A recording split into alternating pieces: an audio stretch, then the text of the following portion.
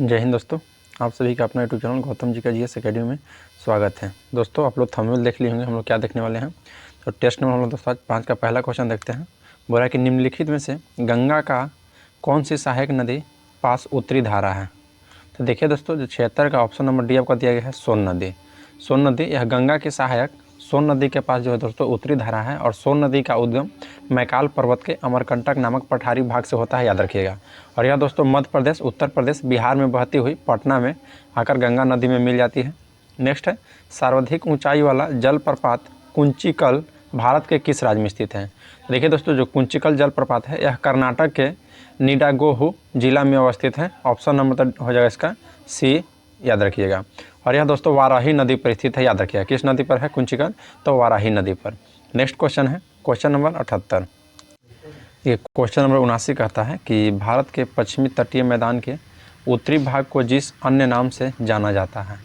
तो भारत के पश्चिमी तटीय मैदान के उत्तरी भाग को कोंकण तट के नाम से जाना जाता है। तो ऑप्शन नंबर सी इसका राइट हो जाएगा, कोंकण तट। यह कोंकण तट दोस्तों भारत के पश्चिमी तटीय मैदान का विस्तार यह गुजरात तट से लेकर केरल तट तक है, याद रखिएगा। नेक्स्ट क्वेश्चन पाते हैं।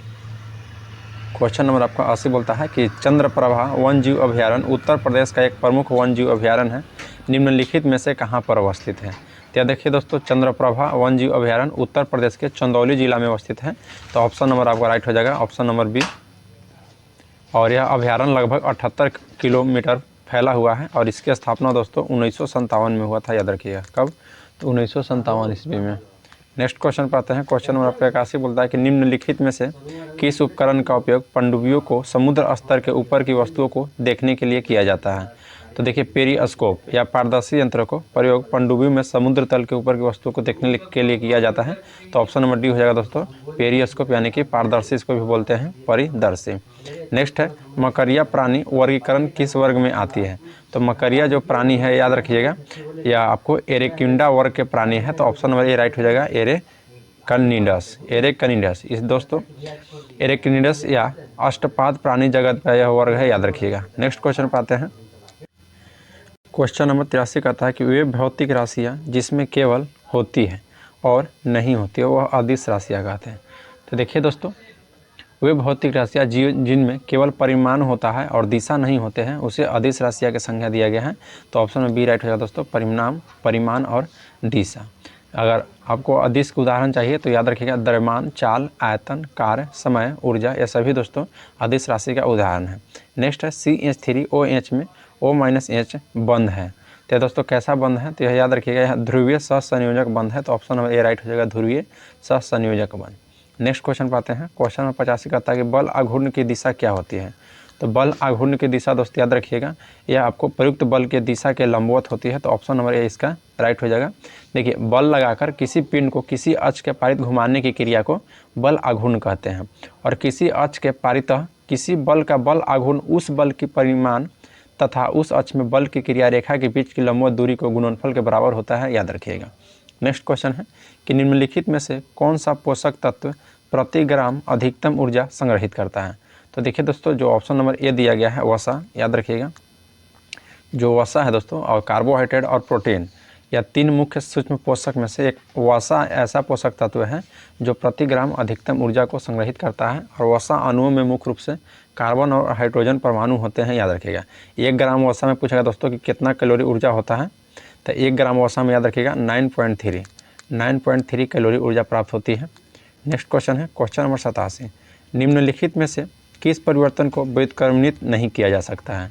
जो ऑप्शन बी दिया गया है कि रोटी को लोई को बेलना और तवे पर सेकना दोस्तों, इससे व्युत्क्रमित नहीं किया जा सकता है, याद रखिएगा। नेक्स्ट क्वेश्चन पाते हैं। क्वेश्चन नंबर आपका 88 बोल रहा है कि एक लंबा इंटरनोड है जो निचला हिस्सा को संपूर्ण डंठल बनाता है। तो याद रखिएगा दोस्तों, आपका 88 का राइट हो जाएगा। ऑप्शन नंबर जो डी दिया गया है तना इसका आपका राइट आंसर हो जाएगा। नेक्स्ट पे आते हैं।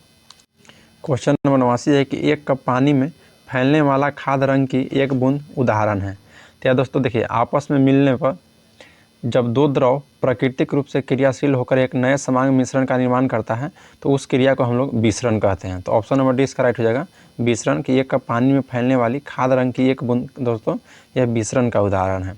नेक्स्ट है कोशिका सिद्धांत का प्रस्ताव देने वाले वैज्ञानिक का नाम बताइए। तो कोशिका सिद्धांत का प्रतिपादन दोस्तों सर्वप्रथम स्लाइडन एंड स्वान ने दिया था और यह अपने कोशिका मत में प्रतिपादित किया था। कोशिका सभी जीवों का रचनात्मक और क्रियात्मक इकाई है और सबसे पहले कोशिका की खोज कहेगा तो रॉबर्ट हुक जो कि 1665 ईस्वी में किया था। तो इसका राइट हो जाएगा ऑप्शन नंबर स्लाइडन और स्वान। नेक्स्ट है क्वेश्चन 91 कि उत्परिवर्तन का सिद्धांत किसके द्वारा प्रस्तावित किया गया था। तो उत्परिवर्तन का सिद्धांत याद रखिएगा, ये आपको हुगो डी ब्रिज के द्वारा किया गया था। तो ऑप्शन नंबर सी इसका राइट हो जाएगा हुगो डी ब्रिज। नेक्स्ट क्वेश्चन है क्वेश्चन नंबर 92 बोलता है कि निम्नलिखित में से कौन सा संबंधित बिलियन और विलय के बारे में सत्य नहीं है। तो 92 का आपका राइट हो जाएगा ऑप्शन नंबर ए कि जब बिलियन को आवित रखा जाता है तो वह विलय के तल पर बैठ जाता है, जो कि यह कथन गलत है। तो ऑप्शन नंबर ए इसका राइट हो जाएगा। अगर बिलियन के गुण की बात की जाए तो यह एक समांगी मिश्रण है और इसका कण 1 न्यूटन मीटर होता है, यानी कि 10 के पावर -9 मीटर से भी छोटे होते हैं और इसके कणों को नग्न आँखों से नहीं देखा जा सकता है, बिलियन को याद रखिएगा। नेक्स्ट क्वेश्चन है क्वेश्चन नंबर आपका 93। निम्नलिखित में से किस तत्व के लिए समान इलेक्ट्रॉनिक विन्यास NS² NP3 फिट होता है। तो यह नाइट्रोजन का। तो ऑप्शन नंबर देखिए डी इसका राइट हो जाएगा, नाइट्रोजन का याद रखिएगा। और नाइट्रोजन की अवस्था की बात की जाए तो यह एक गैस है और इसकी परमाणु संख्या नाइट्रोजन का 7 है और आवर्त सारणी में स्थान दोस्तों इसका है समूह, यानी कि 15वां ब्लॉक में याद रखिएगा। मानक परमाणु भार इसका पूछेगा दोस्तों 814 हो जाएगा और इलेक्ट्रॉनिक विन्यास इसका पूछेगा तो 1s² 2s² 2p3 हो जाएगा, याद रखिएगा। नेक्स्ट है कि जल विद्युत उत्पादन के लिए मुख्य रूप से निम्नलिखित में से कौन सा वैज्ञानिक सिद्धांत जिम्मेवार है। तो देखिए दोस्तों जो ऑप्शन नंबर डी इसका राइट हो जाएगा कि गुरुत्वीय स्थितिज ऊर्जा को विद्युत ऊर्जा में रूपांतरण करना। देखिए अगर विद्युत ऊर्जा को आपको गति ऊर्जा में कहेगा रूपांतरण करना तो इसका राइट हो जाएगा आपका। अगर आपसे कहेगा कि यांत्रिक ऊर्जा को विद्युत ऊर्जा में रूपांतरण कौन करता है तो विद्युत जनित्र, याद रखिएगा। अगर जल विद्युत उत्पादन कहेगा तो यह गुरुत्वीय स्थिति ऊर्जा को विद्युत ऊर्जा में रूपांतरण करता है, याद रखिएगा। और रासायनिक ऊर्जा को यांत्रिक ऊर्जा में करता है तो वह अंतर्दहन इंजन और विद्युत ऊर्जा को यांत्रिक ऊर्जा में करता है तो वह विद्युत मोटर। नेक्स्ट क्वेश्चन पाते हैं क्वेश्चन नंबर 95। एक वास्तविक गैस किस परिस्थिति में एक आदर्श गैस के रूप में क्रिया कर सकती है। तो याद रखिएगा दोस्तों जब निम्न दाब तथा उच्च ताप होगा तो इस परिस्थिति में यह आदर्श गैस के रूप में कार्य करती है, याद रखिएगा। नेक्स्ट है प्रक्षेप के पथ का उसका कहा जाता है। तो जब प्रक्षेप का पथ होता है दोस्तों उसको क्या कहा जाता है, तो उसको प्रक्षेप्य पथ ही कहा जाता है। तो ऑप्शन नंबर सी इसका राइट हो जाएगा, प्रक्षेप्य पथ है। देखिए प्रक्षेप पथ की बात की जाए दोस्तों कि जब किसी वस्तु को पृथ्वी के गुरुत्वीय क्षेत्र में क्षैतिज से किसी कोण पर फेंका जाता है तो उस वस्तु ऊर्ध्वाधर तल में एक वक्र पथ पर गति करती है। तो इस प्रकार के गति को दोस्तों हम लोग प्रक्षेप गति या इसे वक्र पथ को प्रक्षेप कहा जाता है, याद रखिए। जैसे एग्जाम्पल की बात की जाए तो ज़मीन से फेंकी गई गेंद प्रक्षेप पथ पर गमन करती है और इस प्रकार के प्रक्षेप के पथ को उसके प्रक्षेप पथ कहा जाता है। नेक्स्ट क्वेश्चन है कि निम्नलिखित में से कौन सा शब्द जड़ी बूटी खेती से संदर्भित है। तो देखिए दोस्तों जो सब्जियों की खेती है यह जड़ी बूटी खेती से संदर्भित है। रेशम की कीट पालन दोस्तों याद रखिएगा सेरीकल्चर कहलाता है तथा मछली पालन आपको पिसीकल्चर कहलाता है। तो इसका राइट हो जाएगा आपका राइट आंसर सब्जियों की खेती, तो option number D. Next question पाते हैं क्वेश्चन नंबर आपका 98। बहुगुणिता किसमें परिवर्तन होने पर होती है। तो बहुगुणिता जो है यह दोस्तों याद रखिएगा ऑप्शन नंबर सी दिया गया है क्रोमोसोम की संख्या पर यह परिवर्तन होने पर होती है, याद रखिएगा। तो ऑप्शन नंबर सी इसका राइट हो जाएगा। देखिए मानव कोशिका में गुणसूत्रों की संख्या 46 होती है जिसमें 23 जोड़े में होते हैं और इसमें 22 जोड़ा दोस्तों एक्स एक्स होता है और पुरुषों में 23 जोड़ा प्लस XY होता है, याद रखिएगा। क्वेश्चन नंबर 100 कह रहा है कि एंगस्ट्रॉम के मापन की इकाई है। तो एंगस्ट्रॉम जो है लंबाई मापन की इकाई हो जाएगा। तो ऑप्शन नंबर सी आपका राइट हो जाएगा। और इसको देखिए इसका प्रयोग हम लोग प्रकाश की तरंग दैर्ध्य क्रिस्टलीय ठोस के परमाणुओं के बीच की दूरी सेल मापदंड और अंतर परमाणु दूरी पर एक्स किरणों को तरंग दैर्ध्य के रूप में लंबाई मापने के लिए किया जाता है और एंगस्ट्रॉम को हम लोग ए से प्रदर्शित करते हैं, याद रखिएगा। नेक्स्ट है कि किस वर्ष में बर्मा स्वतंत्र संप्रभु गणराज्य बन गया था। तो 101 का दोस्तों ऑप्शन नंबर डी राइट हो जाएगा 1948 ईस्वी में। 1948 ईस्वी में जो है यह बर्मा स्वतंत्र संप्रभु गणराज्य बन गया था और 4 जनवरी 1948 को ब्रिटिश में सैनिकों में रंगून को संसद को अपना झंडा यूनियन जैक हटा लिया और इसके बाद देश को झंडा लहराया गया था और प्रत्येक वर्ष 4 जनवरी को बर्मा जो है से स्वतंत्रता दिवस के रूप में मनाता है, याद रखिएगा। देखिए क्वेश्चन नंबर 102 कहता है कि निम्नलिखित में से कौन सा धार्मिक समुदाय व्यवहारिक जीवन में 10 सार्वभौमिक गुणों का पालन करके आत्मशुद्धि और उत्थान के लिए प्रतिवर्ष परिवर्तन पर्व मनाता है। तो याद दोस्तों देखिए परिवर्तन पर्व जो है यह जैन धर्म के अनुयायियों के द्वारा मनाया जाता था। तो आपका ऑप्शन नंबर डी इसका राइट हो जाएगा, जैन समुदाय के। देखिए इस पर्व का मुख्य आधार था दोस्तों कि जीवन के नैतिक मूल्य को धारण करना, सत्य और अहिंसा के रास्ते पर चलना।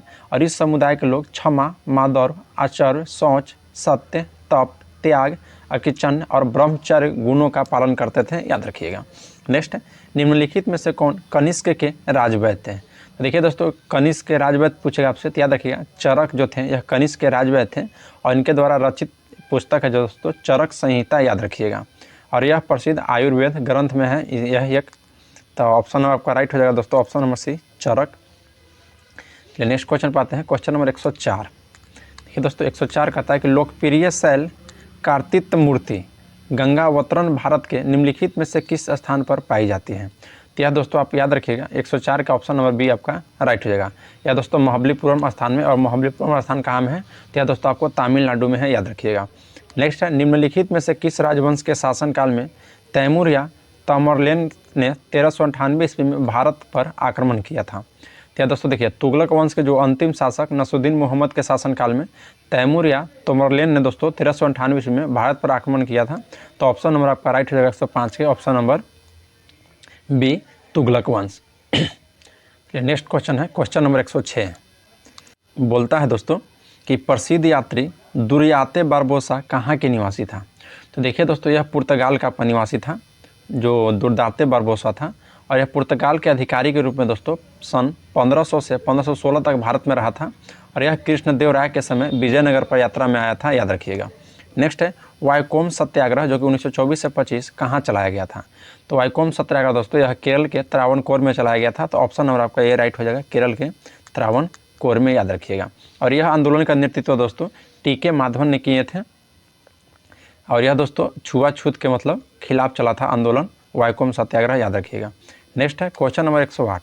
बोलता है कि भगत सिंह, सुखदेव और राजगुरु को उनकी पुण्यतिथि पर श्रद्धांजलि देने के लिए भारत में 23 मार्च को कौन सा दिवस मनाया जाता है। तो देखिए दोस्तों जो वर्ष 1931 में भारतीय स्वतंत्रता आंदोलन के दौरान क्रांतिकारी भगत सिंह, राजगुरु और सुखदेव को दोस्तों 23 मार्च को फांसी दिया गया था। तो 23 मार्च को भगत सिंह, सुखदेव और राजगुरु की उनके हम लोग पुण्यतिथि पर श्रद्धांजलि देने के लिए शहीद दिवस के रूप में मनाते हैं। तो ऑप्शन नंबर आपका बी राइट हो जाएगा दोस्तों, शहीद दिवस। नेक्स्ट है राष्ट्रीय कांग्रेस कार्यकारी समिति ने भारत छोड़ो नामक आंदोलन का अनुमोदन कहाँ किया गया था। तो 109 का आपका राइट आंसर होगा दोस्तों। पूछ रहा है कि राष्ट्रीय कांग्रेस कार्यकारिणी समिति के भारत छोड़ो नामक आंदोलन का दोस्तों अनुमोदन जो किया गया था यह आपको मुंबई में किया गया था। तो ऑप्शन नंबर सी इसका राइट हो जाएगा। देखिए दोस्तों 14 जुलाई 1942 को कांग्रेस के वर्धा अधिवेशन में भारत छोड़ो प्रस्ताव प्रस्तुत किया गया था। और इस प्रस्ताव को पुष्टि 8 अगस्त 1942 को मौलाना अबुल कलाम की अध्यक्षता में बम्बई के ग्वालियर टैंक के मैदान में दोस्तों हुआ था, याद रखिएगा। नेक्स्ट क्वेश्चन है क्वेश्चन नंबर 110 के निम्न में से किस भारतीय राज्य की सीमा जो है नेपाल के साथ नहीं लगती है। तो देखिए आपको दोस्तों जो असम है यह भारतीय नेपाल के साथ सीमा साझा नहीं करती है। देखो याद रखिए, देखिए नेपाल देश के सीमा स्पर्श करने वाली भारतीय राज्य है दोस्तों उत्तराखंड हो जाएगा, उत्तर प्रदेश, बिहार, पश्चिम बंगाल और सिक्किम, याद रखिएगा। और यह भारत नेपाल के साथ साझा करता है दोस्तों 1751 किलोमीटर। कितना है तो 1751 किलोमीटर लंबी सीमा साझा करता है, याद रखिएगा। नेक्स्ट है दोस्तों कि सह्याद्री पर्वतमाला भारत से लेकर सुदूर दक्षिणी भाग कन्याकुमारी तक फैली हुई है। तो यह दोस्तों ऑप्शन नंबर आपका 111 का राइट हो जाएगा दोस्तों बी, यानी कि गुजरात। देखिए गुजरात से लेकर दोस्तों सुदूर दक्षिणी भाग कन्याकुमारी तक फैला हुआ है, याद रखिएगा। चलिए नेक्स्ट क्वेश्चन पाते हैं क्वेश्चन 112। भारत के किस राज्य का सबसे लंबा समुद्री किनारा है। तो भारत के दोस्तों किस राज्य का सबसे लंबा समुद्री किनारा है। तो देखिए यह दोस्तों गुजरात का। तो ऑप्शन नंबर डी आपका राइट हो जाएगा। भारत के 9 राज्य समुद्री तट सीमा से लगता है, याद रखिएगा। जिसमें दोस्तों सबसे अधिकतम कहेगा तो गुजरात का हो जाएगा, और सबसे कम कहेगा तो गोवा का हो जाएगा। गोवा का 101 किलोमीटर और गुजरात का 1214 किलोमीटर। नेक्स्ट क्वेश्चन है कि विश्व का एकमात्र तैरता डाकघर किस झील पर स्थित है। तो देखिए दोस्तों भारत एवं विश्व का एकमात्र तैरता हुआ डाकघर श्रीनगर यानी कि जम्मू कश्मीर में डल झील पर अवस्थित है। तो ऑप्शन नंबर डी इसका राइट हो जाएगा, डल झील पर अवस्थित है। और डल झील में तैरते हुए इस डाकघर का उद्घाटन दोस्तों वर्ष 2011 ईस्वी में किया गया था। नेक्स्ट है, मूसी नदी निम्नलिखित में से किस नदी की सहायक नदी है? तो मूसी नदी दोस्तों यह कृष्णा की सहायक नदी है, तो ऑप्शन नंबर ए इसका राइट हो जाएगा, कृष्णा की सहायक नदी है। और मूसी का उद्गम दोस्तों हैदराबाद के पश्चिम में 90 किलोमीटर की दूर पर स्थित अनंतगिरी पहाड़ी से होता है। मूसी नगर की उत्पत्ति याद रखिएगा। नेक्स्ट है कि दक्षिणी पश्चिम मानसून से भारत के पूर्वी तट की अपेक्षा पश्चिमी तट पर ज़्यादा वर्षा क्यों होती है? तो 115 का आपका राइट हो जाएगा ऑप्शन नंबर बी कि पश्चिमी घाट हवा को रोकती है, जिससे दोस्तों वहाँ पे बारिश अधिक होती है, याद रखिएगा। नेक्स्ट है कि पौधे की सिंचाई के लिए निम्न में से किस तकनीकी के अंतर्गत संकरी नलिकाओं को उपयोग किया जाता है, जिससे पानी सीधे सीधे दोस्तों पौधों को जड़ तक पहुंच जाता है? तो याद रखिएगा दोस्तों, जो टपक यानी कि ड्रिप सिंचाई, इस विधि के द्वारा दोस्तों याद रखिएगा। तो ऑप्शन नंबर आपका 116 का राइट हो जाएगा डी। चलिए नेक्स्ट क्वेश्चन पाते हैं, क्वेश्चन नंबर 117 का है कि जीवी मावलंकर भारत की संविधान सभा के अध्यक्ष थे। तो जीवी मावलंकर जो थे या दोस्तों पराकार समिति के अध्यक्ष थे, तो ऑप्शन नंबर सी आपका राइट हो जाएगा। और यह पहली लोकसभा के अध्यक्ष भी चुने गए थे, जीवी मावलंकर। नेक्स्ट क्वेश्चन पाते हैं, क्वेश्चन नंबर आपको 118 भारतीय संविधान के किस अनुच्छेद में यह उल्लेख है कि राष्ट्रपति या राज्यपाल राज्य के राज्य प्रमुख अपने पद की शक्तियों के प्रयोग और कर्तव्यों को पालन के लिए किसी भी न्यायालय के प्रति उत्तरदायी नहीं होंगे? तो 118 का ऑप्शन नंबर आपका दोस्तों सी हो जाएगा। अनुच्छेद 361 में बात चर्चा किया गया है, याद रखिएगा कि दोस्तों अनुच्छेद 361 के तहत बोला गया है कि राष्ट्रपति या राज्यपाल के खिलाफ जारी नहीं किया जा सकता है। चलिए नेक्स्ट क्वेश्चन है, क्वेश्चन नंबर 119 बोलता है कि भारत के संविधान के निम्नलिखित अनुच्छेदों में से कौन सा अनुच्छेद धार्मिक स्वतंत्रता के अधिकार को गारंटी देता है? तो देखिए दोस्तों, जो अनुच्छेद 25 से 28 तक है यह धार्मिक स्वतंत्रता के अधिकार को गारंटी देता है, तो ऑप्शन नंबर डी इसका राइट हो जाएगा। और आपको दोस्तों विधि के समझ समानता दोस्तों अनुच्छेद 14 से 18 यानी कि समता के अधिकार हो जाता है। फिर उसके बाद दोस्तों अनुच्छेद 19 से बाद स्वतंत्रता का अधिकार है, याद रखिएगा। शोषण के विरुद्ध अधिकार दोस्तों आपको 23 से 24 तक है। नेक्स्ट क्वेश्चन है कि 1964 में जवाहरलाल नेहरू की मृत्यु के बाद भारत के कार्यवाहक प्रधानमंत्री कौन बने थे? तो देखिए दोस्तों 4 जुलाई 1898 को पाकिस्तान के सियालकोट में दोस्तों गुजरीलाल नंदा कांग्रेसी नेताओं के एकमात्र ऐसे व्यक्ति थे जो 2 बार भारत के कार्यवाहक प्रधानमंत्री बन चुके हैं। तो नेहरू जी के निधन के बाद भी दोस्तों यही बने थे। तो ये आपका 120 का राइट हो जाएगा, option number D Gulzarilal Nanda. Next question पाते हैं, 121 बोल रहा है कि हिंदू उत्तराधिकारी अधिनियम 1956 के अनुसार बिना वसीयत मर जाने वाला हिंदू महिला की संपत्ति पर पहला अधिकार निम्न में से किसका होता है? तो याद रखिएगा दोस्तों, राइट हो जाएगा ऑप्शन नंबर सी, उसके पति का अधिकार होता है। देखिए हिंदू उत्तराधिकार अधिनियम 1956 में आया था और इसके अनुसार दोस्तों बिना वसीयत के मर जाने वाली जो हिंदू महिला की संपत्ति पर पहला अधिकार उसका पति का होता है, याद रखिएगा। नेक्स्ट है क्वेश्चन 122 2 राज्यों के बीच विवाद सर्वोच्च न्यायालय के किस अधिकार क्षेत्र में आता है? तो 2 राज्यों के विवाद दोस्तों देखिए याद रखिएगा, ये आपको मौलिक अधिकार के क्षेत्र में आता है, तो ऑप्शन नंबर डी इसका राइट हो जाएगा। देखिए संविधान के अनुच्छेद 131 के अनुसार उच्चतम न्यायालय के मूल या प्रारंभिक अधिकार के अंतर्गत ऐसे मामले आते हैं जिनकी सुनवाई करने का अधिकार केवल उच्चतम न्यायालय को है, याद रखिएगा। नेक्स्ट है कि केंद्र शासित प्रदेश लद्दाख में कितने ज़िले हैं? तो केंद्र शासित प्रदेश लद्दाख में दोस्तों 2 ज़िले हैं, एक दोस्तों कारगिल और दूसरा लेह। तो ऑप्शन नंबर डी इसका राइट हो जाएगा, 2 ज़िले।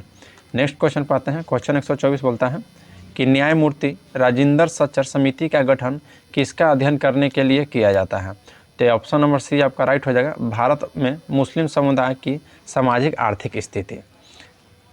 न्यायमूर्ति राजेंद्र सच्चर समिति का गठन दोस्तों या भारत में मुस्लिम समुदाय की सामाजिक आर्थिक स्थिति के अध्ययन करने के लिए किया गया था, तो ऑप्शन नंबर आपका सी राइट हो जाएगा। नेक्स्ट है क्वेश्चन नंबर आपका 125 कि एक नया राज्य बनाने में संवैधानिक संशोधन के लिए कैसा बहुमत चाहिए? तो एक नया राज्य बनाने के लिए संवैधानिक संशोधन के लिए आपको साधारण बहुमत चाहिए। नेक्स्ट क्वेश्चन पाते हैं, क्वेश्चन नंबर 126 बोलता है कि भारतीय राजनीतिक पार्टी CPIM का पूरा नाम क्या है? तो भारतीय कम्युनिस्ट पार्टी CPI के विभाजन के बाद कम्युनिस्ट पार्टी ऑफ इंडिया यानी कि मार्क्सवादी, तो वही CPIM का गठन दोस्तों 7 नवंबर 1964 ईस्वी को हुआ था। वर्तमान में इस पार्टी के महासचिव भी सीताराम येचुरी हैं और इसका चुनाव चिन्ह हंसिया और हथौड़ा है और इस पार्टी के संस्थापक ज्योति बसु नबूंदिरी पाद हैं, याद रखिएगा। तो इसका दोस्तों आपका राइट हो जाएगा कम्युनिस्ट पार्टी ऑफ इंडिया मार्क्सवादी यानी कि ऑप्शन नंबर डी।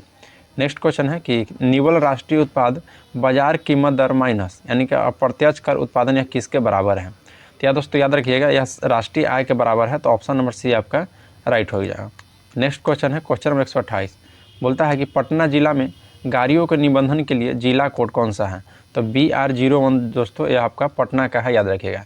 अगर 02 कहेगा तो गया का हो जाएगा, और 04 कहेगा तो आपको छपरा का हो जाएगा, 09 कहेगा तो बेगूसराय, और 21 कहेगा तो नालंदा, 29 कहेगा तो सिवान, 32 कहेगा तो मधुबनी, और 44 कहेगा तो बक्सर, और 58 कहेगा तो आपको अरवल हो जाएगा। चलिए नेक्स्ट है कि भारत की जनगणना 2011 के अनुसार बिहार में महिला साक्षरता दर क्या है।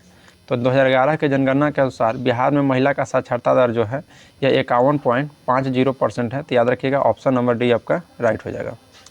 क्वेश्चन नंबर 131 कहता है कि बिहार के प्रसिद्ध पशु मेला कार्तिक पूर्णिमा में आयोजित होता है। तो दोस्तों याद रखिएगा आपका 131 का ऑप्शन नंबर आपका राइट हो जाएगा डी, सोनपुर में। जो बिहार में प्रसिद्ध पशु मेला है यह कार्तिक पूर्णिमा में दोस्तों सोनपुर में आयोजित होता है, याद रखिएगा। नेक्स्ट है कि बिहार का द्वितीय राजभाषा क्या है। तो बिहार का दोस्तों द्वितीय राजभाषा पूछेगा तो आपका उर्दू हो जाएगा, अगर प्रारंभिक पूछेगा तो यह हिंदी भाषा है, याद रखिएगा। जबकि दोस्तों 1981 ईस्वी में बिहार की दूसरी आधिकारिक भाषा को दर्जा दिया गया था, उर्दू को। नेक्स्ट है कि प्रधानमंत्री उज्ज्वला योजना इनमें से किस वर्ष प्रारंभ की गई थी। तो प्रधानमंत्री उज्ज्वला योजना की शुरुआत दोस्तों 1 मई 2016 को किया गया था, तो ऑप्शन नंबर ए इसका राइट हो जाएगा, 1 मई 2016। नेक्स्ट है question number 134, golden hand shake निम्नलिखित में से किस योजना का एक और नाम है। तो गोल्डन हैंड शेक दोस्तों यह याद रखिएगा आपका स्वैच्छिक सेवानिवृत्त योजना है, तो ऑप्शन नंबर बी इसका राइट हो जाएगा। नेक्स्ट क्वेश्चन पाते हैं, क्वेश्चन नंबर आपका 135, अटल पेंशन योजना में सम्मिलित होने के लिए अधिकतम आयु क्या है। तो अटल पेंशन योजना में सम्मिलित होने के लिए अधिकतम आयु दोस्तों 40 वर्ष निर्धारित किया गया था, और इस योजना का न्यूनतम आयु आपको 18 वर्ष निर्धारित किया गया था, तो याद रखिएगा। तो अधिकतम पूछा है तो ऑप्शन नंबर सी हो जाएगा 40 वर्ष। नेक्स्ट है कि न्यूरॉन सिद्धांत के लिए 1906 ईस्वी में नोबेल पुरस्कार किसने जीता था। तो यह दोस्तों Santiago Ramon y Cajal, neuron सिद्धांत के लिए 1906 ईस्वी में नोबेल पुरस्कार जीता था सेंटियागो रेमन वाई केजल, तो ऑप्शन नंबर बी आपका राइट हो जाएगा। नेक्स्ट क्वेश्चन पाते हैं, क्वेश्चन 137 कि ऑस्कर पुरस्कार जीतने वाले पहले अभिनेता का नाम बताइए। तो ऑस्कर पुरस्कार जीतने वाला पहले अभिनेता था दोस्तों यह अमेरिका के National Academy for Motion Picture Arts Sciences द्वारा फिल्म जगत में, तो राइट हो जाएगा दोस्तों option number C, Emil Jennings यह दोस्तों जीते थे। नेक्स्ट है लौना शब्द का प्रयोग किस खेल में किया जाता है। तो लौना शब्द का प्रयोग याद रखिएगा यह आपको कबड्डी खेल में किया जाता है, तो ऑप्शन नंबर डी आपका राइट हो जाएगा, कबड्डी। देखिए दोस्तों कबड्डी से अन्य और संबंधित शब्द है, जैसे रेडर हो जाएगा, बोनस हो जाएगा, एंटी वर्क लाइन और मार्च लाइन, बैंटिंग ब्लॉक, लार्वी, यह सभी दोस्तों कबड्डी से संबंधित है। नेक्स्ट क्वेश्चन पाते हैं, क्वेश्चन देखिए 139 कहता है कि ग्रीन पार्क स्टेडियम कहाँ स्थित है।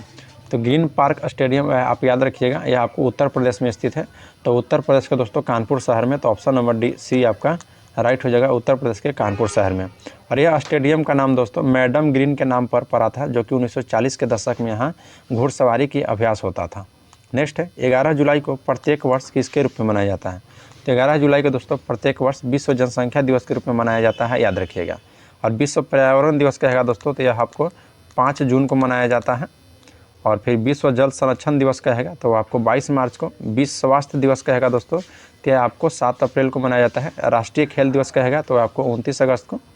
चलिए नेक्स्ट क्वेश्चन पाते हैं, क्वेश्चन नंबर 145 कहता है कि प्रसिद्ध उपन्यास द इनहेरिटेंस ऑफ लॉस किसने लिखा था। तो यह दोस्तों याद रखिएगा जो प्रसिद्ध पुस्तक है द इनहेरिटेंस ऑफ लॉस, यह दोस्तों किरण देसाई के द्वारा लिखा गया है, तो ऑप्शन नंबर डी इसका राइट हो जाएगा। और इनको दोस्तों 2006 में मान बुकर पुरस्कार भी मिला था। नेक्स्ट है कि पेरिस की राजधानी है, तो पेरिस की राजधानी दोस्तों याद रखिएगा फ्रांस की राजधानी जो पेरिस है, फ्रांस की राजधानी पेरिस है। नॉर्वे की राजधानी दोस्तों आपका ओस्लो हो जाएगा, और कनाडा की राजधानी ओटावा, और ग्रीस की राजधानी आपका एथेंस हो जाएगा। नेक्स्ट है कि एम्स्टर्डम की राजधानी है, तो एम्स्टर्डम की राजधानी दोस्तों आपको नीदरलैंड हो जाएगा, याद रखिएगा। और देखिए संयुक्त अरब अमीरात यानी कि यूनाइटेड अरब अमीरात की राजधानी दोस्तों अबू धाबी है। अगर नीदरलैंड की राजधानी आपसे पूछेगा तो एम्स्टर्डम है। दक्षिण कोरिया का सियोल, और इटली की राजधानी दोस्तों रोम है। नेक्स्ट है कि कॉन्टैक्ट लेंस का आविष्कार किसने किया था, तो कॉन्टैक्ट लेंस का आविष्कार दोस्तों यह किया गया था आपको एडोल्फ गैस्टन यूजेन फिक के द्वारा, याद रखिएगा। तो ऑप्शन में बी आपका राइट हो जाएगा। नेक्स्ट पाते हैं कि परमाणु रिएक्टर का आविष्कार किसने किया था, तो परमाणु रिएक्टर का आविष्कार दोस्तों एनरिको फेर्मी के द्वारा किया गया था, तो ऑप्शन नंबर आपका ए राइट हो जाएगा, एनरिको फेर्मी। और इनको दोस्तों भौतिक विज्ञान के लिए नोबेल पुरस्कार विजेता है भी, और यह परमाणु भट्ठी का आविष्कार किया था। अगर परमाणु भट्ठी की बात किया दोस्तों, तो यह नाभिकीय विखंडन के दौरान वाली श्रृंखला अभिक्रिया की दर से नियंत्रित करने के प्राप्त ऊर्जा को रचनात्मक उपयोग किया जाता है। और यह दोस्तों रिएक्टर में मंदा के रूप में इसमें भारी जल का उपयोग करते हैं। और प्रथम परमाणु बम रॉबर्ट ओपेनहाइमर द्वारा 1945 ईस्वी में बनाया गया था। नेक्स्ट क्वेश्चन पाते हैं। क्वेश्चन नंबर 146 कहता है कि खेल मंत्री अनुराग ठाकुर ने किस शहर में एशियाई युवा और जूनियर भारोत्तोलन चैंपियनशिप 2023 का उद्घाटन किया है। तो यह दोस्तों उत्तर प्रदेश के शहर नोएडा में जो केंद्रीय खेल मंत्री अनुराग सिंह ठाकुर ने एशियाई युवा और जूनियर वेटलिफ्टिंग चैंपियनशिप 2023 का उद्घाटन किया गया है, और यह पहली बार भारत में आयोजित हो रहा है दोस्तों। तो ऑप्शन में बी आपका राइट हो जाएगा, ग्रेटर नोएडा में। नेक्स्ट क्वेश्चन है, क्वेश्चन नंबर आपको 147। बोल रहा है कि देश का कौन सा विश्वविद्यालय ज्योतिष ओपीडी शुरू करने जा रहा है। तो याद रखिए दोस्तों 147 का ऑप्शन में बी हो जाएगा, संपूर्ण नंद संस्कृत विश्वविद्यालय। नेक्स्ट क्वेश्चन पाते हैं। क्वेश्चन नंबर 148 बोलता है कि अंतर्राष्ट्रीय एथलेटिक्स यूनियन को एजेस फेडरेशन लाइफ इंश्योरेंस 50 किलोमीटर विश्व चैंपियनशिप की मेजबानी पहली बार भारत के किस शहर के में नवंबर 2023 में किया जाएगा। तो दोस्तों याद रखिए 148 का ऑप्शन में बी हो जाएगा, हैदराबाद में। नेक्स्ट क्वेश्चन पाते हैं दोस्तों। दोस्तों देखिए, आप हमारे यूट्यूब चैनल पर पहली बार आए हैं तो चैनल को सब्सक्राइब जरूर कीजिए और बेल आइकन को प्रेस कर लीजिए, ताकि कोई भी नोटिफिकेशन हो सबसे पहले आपके पास पहुंच जाए। अगर इसका आप लोग का पीडीएफ चाहिए तो हमारे डिस्क्रिप्शन में टेलीग्राम का लिंक दिया गया है, उस लिंक के माध्यम से आप टेलीग्राम में ज्वाइन हो जाइए और वहाँ पर इसका पीडीएफ प्रोवाइड करा दिया गया है। नेक्स्ट क्वेश्चन है दोस्तों कि बिहार राज्य को बीज उत्पादन में आत्मनिर्भर बनाने के लिए कितने सीड हब केंद्र बनाए जाएंगे। तो याद रखिएगा दोस्तों, टोटल 100 बनाए जाएंगे। बिहार राज्य के बीज उत्पादन में आत्मनिर्भर बनाने के लिए दोस्तों 100 सीड हब केंद्र बनाए जाएंगे। नेक्स्ट है कि प्लास्टिक अपशिष्ट प्रबंधन की श्रेणी में बिहार को किस महिला का स्वच्छ सुजल शक्ति सम्मान 2023 से सम्मानित किया गया है। तो याद रखिएगा दोस्तों, आपका ऑप्शन नंबर आपका ए राइट हो जाएगा, यानी कि बबीत गुप्त। किसे सम्मानित किया गया दोस्तों, तो बबीत गुप्त को किया गया है सम्मानित, याद रखिएगा। चलिए दोस्तों, आज के लिए टोटल हम क्वेश्चन देख लिए। इसका फुल पीडीएफ के लिए हमारा डिस्क्रिप्शन में टेलीग्राम का लिंक दिया गया है, वहाँ से आप लोग ज्वाइन हो जाइए। तो आज के लिए इतना ही, मिलते हैं आपसे नेक्स्ट क्लास में। जय हिंद दोस्तों।